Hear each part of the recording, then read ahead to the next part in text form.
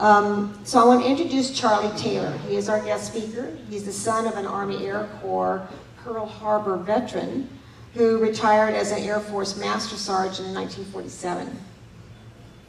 Charlie joined the Navy, and upon graduation from Arizona State University with a BS in political science, most political science classes are BS, he reported to Pensacola in March of 1968. He received his Naval Aviator wings in 1969 and flew the Grumman A-6 Intruder during 2 combat deployments to Vietnam, while assigned to Attack Squadron 196 aboard the USS Enterprise.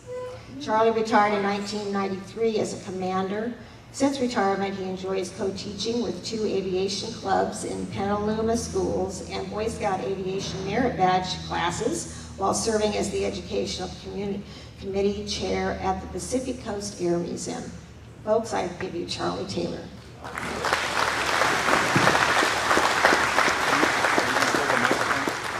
I will not hold the mic for you. Thank you. I wanted to ask that. I'll keep the mic in my right hand, and I'll be challenged to fly an airplane with this thing and see if I can work the clicker. Thank you, Sue. And Sue didn't say, but it's taken me 3 years to get here. I've been trying, and there was a pandemic and some other things that got in the way. But I'm here, and I want to thank you. I also want to thank Brad and Rita Foltman for hosting us while we're here. We've had a great time. And even though we're from and live in California now, they keep telling me, it'd be okay if you move here, just tell them you're in the service. So, so I do that. And Christina Olds, who was here today and was my director at the Pacific Coast Air Museum for some time, and I was telling some sea stories about that, and I won't share them with you today. But I will talk a little bit about these folks right here as I go through my talk. Let's see if this thing's... 1968, that's Aviation Officer Candidate School in Pensacola, Florida. And I'm third from the left, and right behind me is my wingman, Brad Foltman. He and I were in the same class when we started in Pensacola. And 25 years later, I'm retiring at NAS North Island in San Diego, and I find Brad doing an alumni search. This was before the internet, and I wrote letters to the alumni, and we all knew what colleges we'd gone to. So Brad gets in touch with me, and he brings his family down, drives to San Diego, attends my retirement ceremony, and this is at the club afterwards, and that's why we're smiling, I think. But Brad really looks good there, and he still does, and I'll tell some stories. No, I won't share those stories. His wife's got to send me some pictures, though.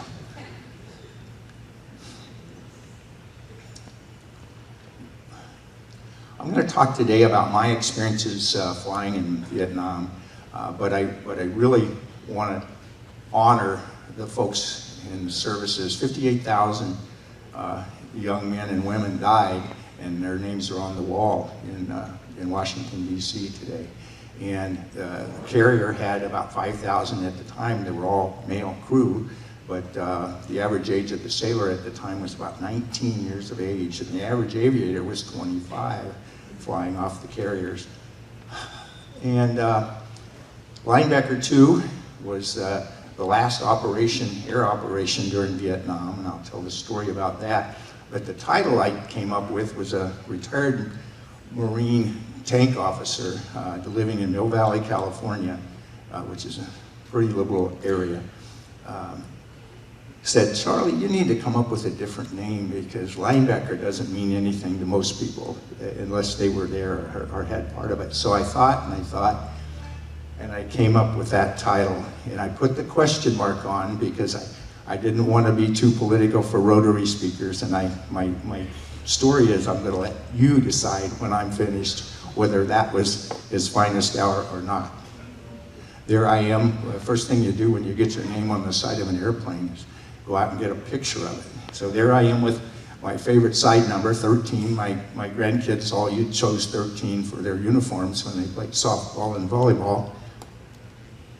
And I'll tell more about that aircraft as the story goes. That's a picture of an A6. It's a painting, actually, of an A6 dropping live ordnance over Fallon, Nevada. We did that a lot in training during the war. Real quick, I'm going to talk about JFK. Sent Green Berets as special advisors as early as 1961. And of course, in the 50s, the CIA was already involved in Southeast Asia and heavily working. In '64, the Gulf of Tonkin incident occurred, and 3 days after that happened, we were launching airstrikes over North Vietnam.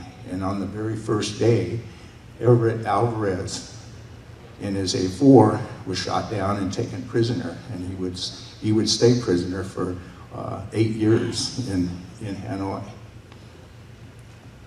In 1965, Lyndon Johnson authorized Operation Rolling Thunder, which I'll talk about a little bit later, but it was the slow ratcheting up of air power in North Vietnam in the strikes, and slow was probably not the way to do it.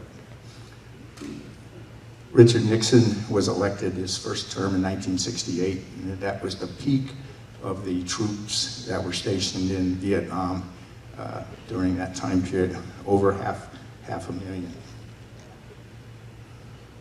We quickly learned about the rules of engagement, and some that stood out in my mind were there were areas that we were not allowed to fly in or drop bombs on, and obviously not, but mostly around Hanoi and Haiphong, where all the big things were happening to run the war in South Vietnam. We would bomb on and off again. We'd be off. My first combat cruise was, we were 9 months and we didn't drop one bomb in North Vietnam. We did all of our work on the Ho Chi Minh Trail and close air support in South Vietnam, and some close bombing in Cambodia. I think Richard Nixon, Lyndon Johnson was supposed to be involved in picking every target that was bombed in North Vietnam. He had to approve it before it could be bombed. And I think that was because they were worried about the Soviets and the Chinese.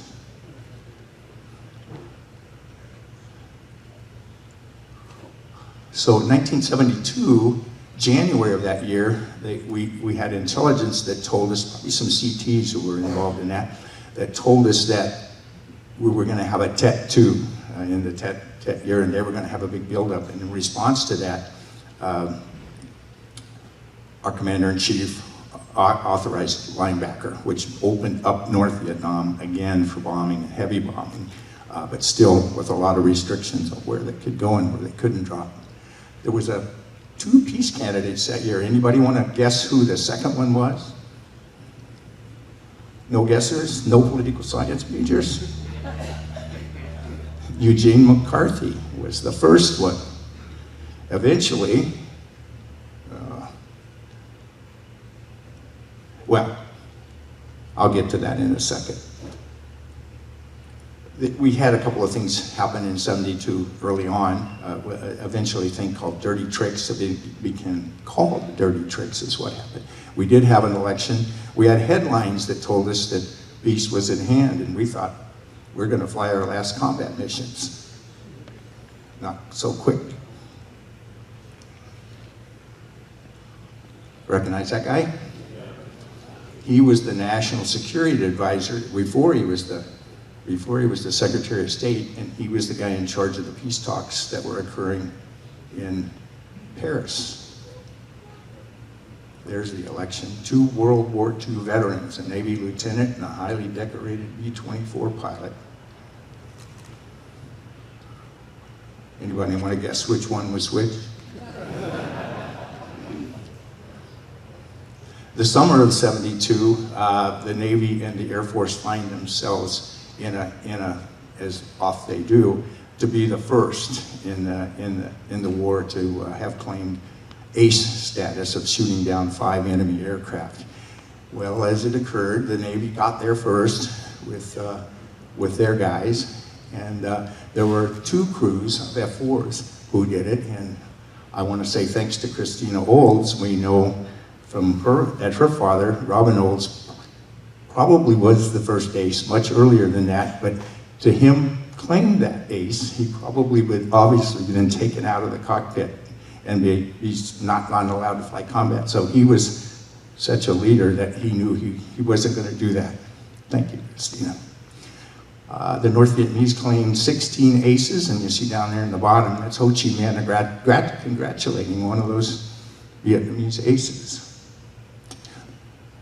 Scenes of the war, we all saw them on the evening television, those are that were around, and these were often in the newspapers, and those were airmen being captured by civilians in North Vietnam. They called us Yankee air pirates during that time period, and we had patches to say that. I have another image that I think most of the Vietnam veterans here will be very aware of, and it's one that sticks in my mind. I won't make any comments, but this is the one of the other things that happened in the summer of '72. And my saying, what were you thinking? Anybody recognize the building there? So you all said that. I had a teacher who said, that's the Kennedy Center. I said, you're right, it was. They were right next to each other. So that was the Watergate, and that was the scene of Dirty Tricks. In October of these were the headlines in the Stars and Stripes. So that came out to every ship, every day. And it was distributed throughout Vietnam every day. It would take a few days to get it out in the field.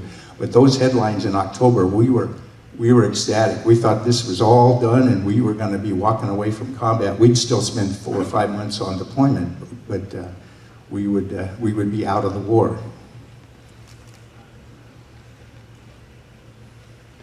The election happened on the first Tuesday following the first Monday in November. That's my political science training there. It's in the Constitution. And it was an overwhelming mandate for Richard Nixon to continue. He was a big winner. That leaves us in the South China Sea, and you can see North Vietnam and Hanoi is up there, and Hainan Island is on the east side. There's not a lot of room up there. The Navy had 6 aircraft carriers supporting Linebacker 1, and on any period of time there was always one away from the combat zone getting repaired, and they need a lot of repair. And Liberty. So you would go to Singapore or Hong Kong. Well, mid-December, we get to go to Hong Kong. We drop off a few airplanes in the Philippines, flown in there. And the 18th of December, we're supposed to pull up anchor. We do.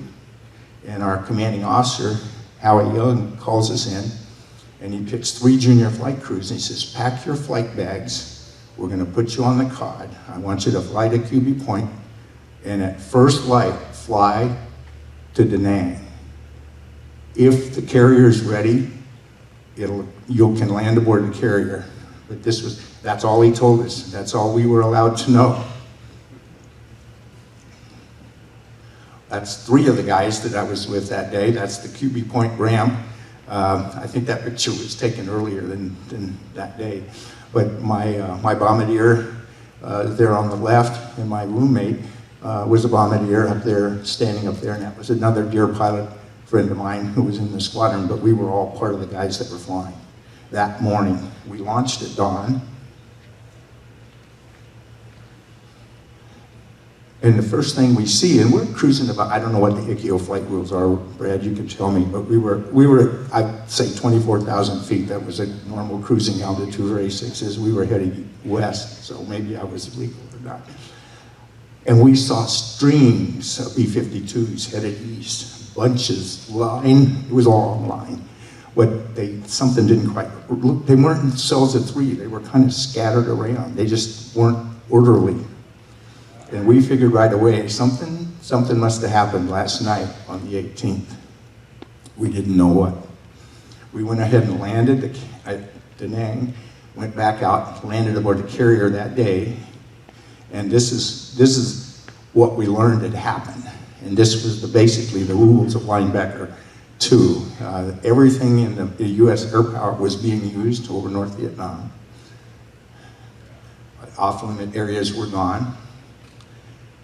B-52 strikes were going to be the standard every night. They were going to be dropping bombs on Hanoi mostly, or targets in the near area. And these weren't carpet bombings. They were bombings at targets in the Hanoi area, but things that had been off limits for a long time. And everything we had, the Navy and the Air Force and the Marines, were there to support the B-52s getting to the targets. Those are the carriers that were in the Gulf. You got that many carriers, you got to do something with them to operate them. So the Navy put the carriers on what we call noon to midnight or midnight to noon. That's your flight hours. And then the smaller deck carriers would fly sunrise to sunset. So what would you do in those things? You would and during the day, you'd launch alpha strikes, and I'll talk about those in just a second. And at night, the A6s, what they were designed to do is go in at low level, below 500 feet, and attack targets. An alpha strike would be about 30 plus airplanes. They would launch them off in about 20 minutes. They would all assemble over the carrier, and then they would head out to one target area. And that would take about an hour total to get to the target and back. And then they would hold overhead the carrier, and the next alpha strike would launch. So they just kept going for 7 cycles in the daylight time, if they were a daylight crew. But after sunset, those were strike aircraft and a lot of F-4s to defend against the MiGs that were coming up after the planes. That's a typical target. That's a RFIC photograph. That runway is 2 miles from downtown Hanoi. It had been off limits the entire war. Air Force pilots would fly over that, see the MiGs on the ground. They couldn't touch them. They could go after them if they were airborne, but we couldn't touch them. But there are bomb craters and bomb damage because we could now attack that target. SA-2 missiles, surface to air, called SAMs by us, were the primary threat to B-52s. It was a weapon designed to get close enough and explode. Thousands of pieces of shrapnel would burst out. I got a shot of one of those. That's an Air Force F-4 over North Vietnam, and you can see the missile did its job. It just got close enough, but there's a big flame underneath that F-4. He's not going to stay airborne much longer. And to our F-105 friends, that's another one. The missile streak exploded, and you can see it did its job. He's already on fire, and his engine's smoking. Over 100 SAM sites surrounded Hanoi and Haiphong. They were capable of shooting 300 SAM missiles at any one time. It would take them a turnaround time to load them again, but they were ready to go. And they fired a lot of them. There were thousands of pieces of AAA around the target areas, and we saw flak a lot when you were flying at any mid-level. And much like Desert Storm, when the A6s, they could hear you, they just start shooting in the air. Things were, AAA tracers were a common thing. And everybody on the ground who had a gun was pointing it in the air to shoot it down. They were trying to, we even had, we got one here, an O-1 come back from the Ho Chi Minh Trail with arrows in his airplane. The A6 is 4 per carrier, 4 per squadron would launch off every hour and 45 minutes to attack targets. At low level, we were going at 500 feet, and that was to stay below the SAM radars. Not the AAA, it was still there. And we would time our attacks to be there before the B-52s went feet dry over North Vietnam. That was a weapon of choice, the Mark 20 Rockeye. It's a cluster bomb. You probably, the press like to talk about cluster bombs. But it was designed to drop what I call lawn dart hand grenades, because they would explode on a target They were designed ideally for SAM sites. And I'll show you what they would do to a SAM site. They were designed to open it at a low altitude so it didn't disperse these things everywhere. And well, come on. That's a SAM site. There's a blow up in the upper right corner there, but you can see it's almost invisible even in the daytime, and you can't see it at night at all. And we would bomb on coordinates and updates with our radar and our computer because we knew where it was. The goal was to put that 5,000 little hand grenades right down the middle of the SAM site because that's where his radar and his communication bands were, and you wanted to knock them out.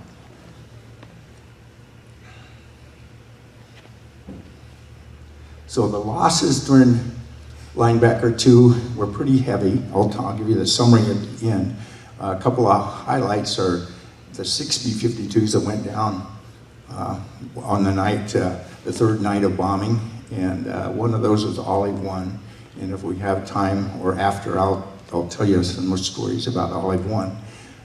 The 21st, Mike, Squadron XO in my airplane 513, launched and was attacking the target near Haiphong. And they went in low, and he had a problem getting the ordnance off the airplane, so he did something we weren't supposed to do, and he turned around at low level, below 500 feet, but he came back and did a re-attack. And on the re-attack, they got him. The ground fire knocked him down. We knew he was on the ground alive because he called on his radio. And I'll tell the rest of that story later. Another A6 on the next night got assigned the same target, and they go into the flying low level. They get fired at, a SAM gets fired at them, and they drop down to 200 feet, which is supposed to be way below where they can track or they can be guided. And this one was still guiding and still tracking. And as it approached the pilot, from the side, he pulled up hard at the last second, and the missile went right below him, and Woody rolled back down to the target. And his bombardier navigator, who was a good friend of mine, he said, the only thing I was saying is, don't hit the ground, don't hit the ground, because they were low. The next night, Jim Dickey and we get assigned the same target, only that one condition has changed, is the target area has a low cloud cover with the tops at 1,000 feet. And we can't fly, we weren't allowed to fly in clouds, because if a SAM was fired at you in clouds, you're never going to see it. You'd know it, but you can't maneuver against it. So we chose to fly above it. It was clear air above that. It was a big, nice, dark night, and you could see a long way, not much, but you could see. So we decided we would go in it to be above ground fire. We'd go in it, and we had to have 10,000 feet of clearance above the clouds, again, to maneuver against the SAMs. We're going in at 11,000 feet, as fast as we can go. And we see about 15 miles from the target, a glow in the clouds. And the glow didn't last long, because up shoots a SAM, and he's going straight up. And about 10 seconds after that, up pops another SAM. And all of our missile warning lights are going on. And if you're an aircrew guy, you know what deedle, deedle, deedle means, because that thing is making that noise. It means the SAM is getting guidance. So he's coming at you. So the maneuver was a barrel roll. But our CO, who'd flown many years of combat, said, at night, when you see a SAM, you wait. Next thing you do, you wait. And then you wait some more until you can't stand it. And then you do the barrel roll. And I did that. It's pretty hard to judge distance at night with a big telephone pole coming at you with all you see is bright lights. I did my barrel roll. Must have been successful because the SAM went right beside us, but it blew up behind us. Fighter pilots and attack pilots can't really talk without their hands. So I apologize for that. So it blows up behind us, and now I go, oh, there's another one. I got to go against that. So I start my second barrel roll, and as I'm rolling out of the barrel roll, the SAM goes by us, missed us, but exploded in a real bright flash, and all I hear is noise. The cockpit is just filled with noise. It's totally black now because there's no electricity. We later found with a gooseneck flashlight, we had 1 out of 3 hydraulic systems still working. We had no radios. I turned back to where I knew the water was and started out of there. And as I turned, I could see the right wing, and I saw a big hole in the wing with fuel gushing. Our wings had fuel tanks, fuel in the wing. Fuel is gushing out of the thing. Yeah, I wasn't going to jettison those bombs now because I didn't want to create a bigger spark. We joined on our tanker. We found him with his light. They didn't know what we were there. We were NORAD. We were talking on my BN was talking on his PRC-90. It's a guard transmitter to tell him we were still here. But we joined on the tanker. He joined on us, looked at us, told the ship what our situation was, and the ship said, "We don't want him back aboard, so you take him to Da Nang and let him have an arrested landing there." We didn't know, and they didn't tell us at the time in their inspection of the aircraft, all the damage was on the right-hand side. And the right engine was not on fire, but it was sparking because it had been foughted. And we were they didn't tell us that because they said we didn't want to worry you any more than you already were. My skipper, my CO, when we wrote in the damage report when we landed in Da Nang and we filled out a flash message back to the carrier, we just detailed the damage that we could see at night. And my skipper said, "That son of a bitch put the missile on the BN side." And he was very careful of that.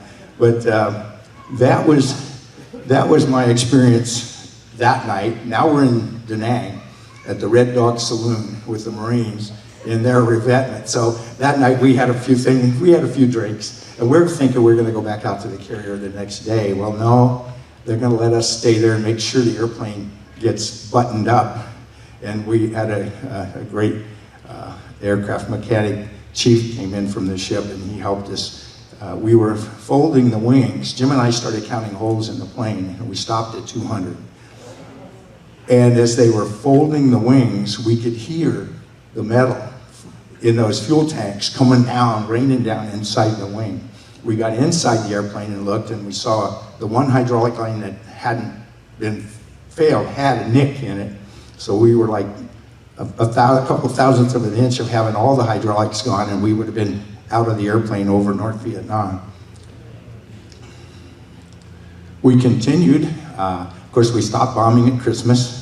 That we thought another chance for North Vietnam to rearm. So when we get going, because they've been shooting a lot of missiles and they could stand it. But we continued to lose B-52s. We had a sister squadron from the USS Midway, lost an A6 and lost both pilot and BN.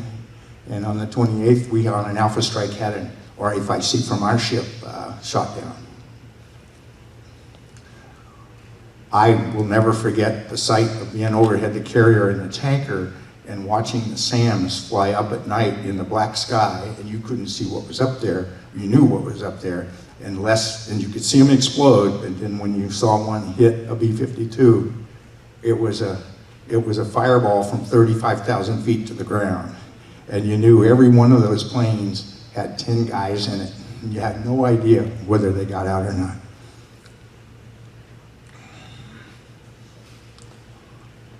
During the 12 days and nights of the war, 63 Americans were killed in action. 41 ended up POWs as they got out of their airplanes over North Vietnam and captured. 2 were MIA, and 33 were actually rescued in some sort of effort after they were shot down or damaged and had to escape. Was it a success? Well, the North Vietnamese said after the 29th, okay, we're done. We'll just finalize the final agreement, which was signed on January 27th. And that was the last day of any air combat over North Vietnam. We continued to fly, but not attacking Hanoi or Haiphong. 16 days later, the Hanoi taxi flights began. And eventually, out of those 3 sets of flights that they had, 591 American POWs were returned. That's the Hanoi taxi out of Travis Air Force Base. I got to meet a Tuskegee airman who was the navigator on the very first plane in there into Hanoi.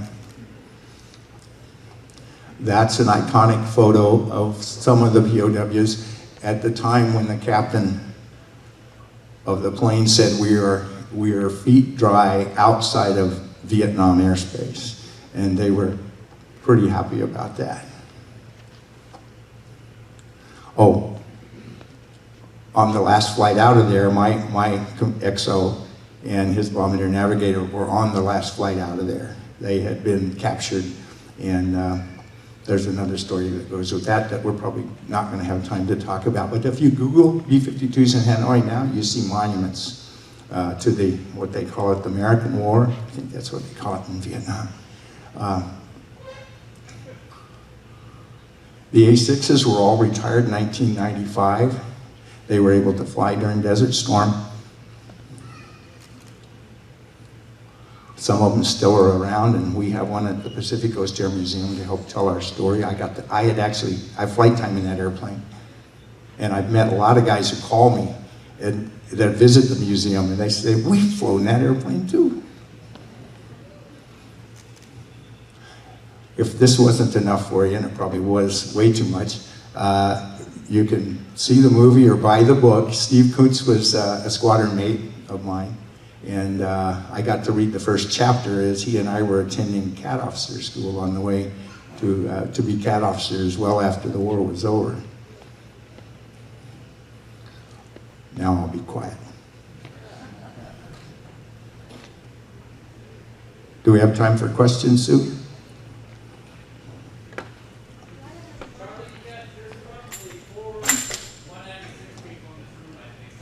Oh,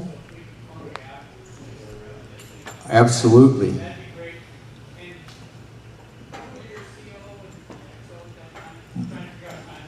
Yeah, so, yes, so.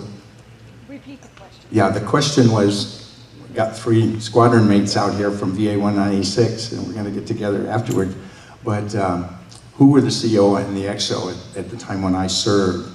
And the first CO on my first combat cruiser, where we didn't bomb North Vietnam, I won't even say his name, we called him Lumpy.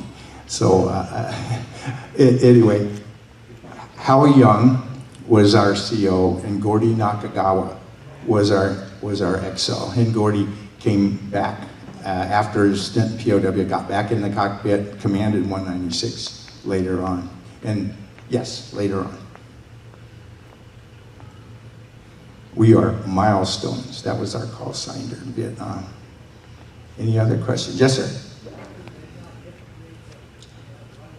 Why couldn't the guys hit the MiGs on the one runway? Well, that was part of the rules of engagement. And there were circles around Hanoi that nothing was touchable. If you would violate the rules of engagement, you'd probably be like Jake Grafton hauled before a board to be court-martialed for doing something like that. Well, you'd have to ask the people who were drawing up the rules of engagement. And it's mostly the politicians who, again, didn't want the war to get bigger. We were fighting the war all wrong, so, yeah. Any other questions? I don't owe anybody any drinks from a dice game, do I? The 196 guys, I might, I don't know. Thank you guys very much.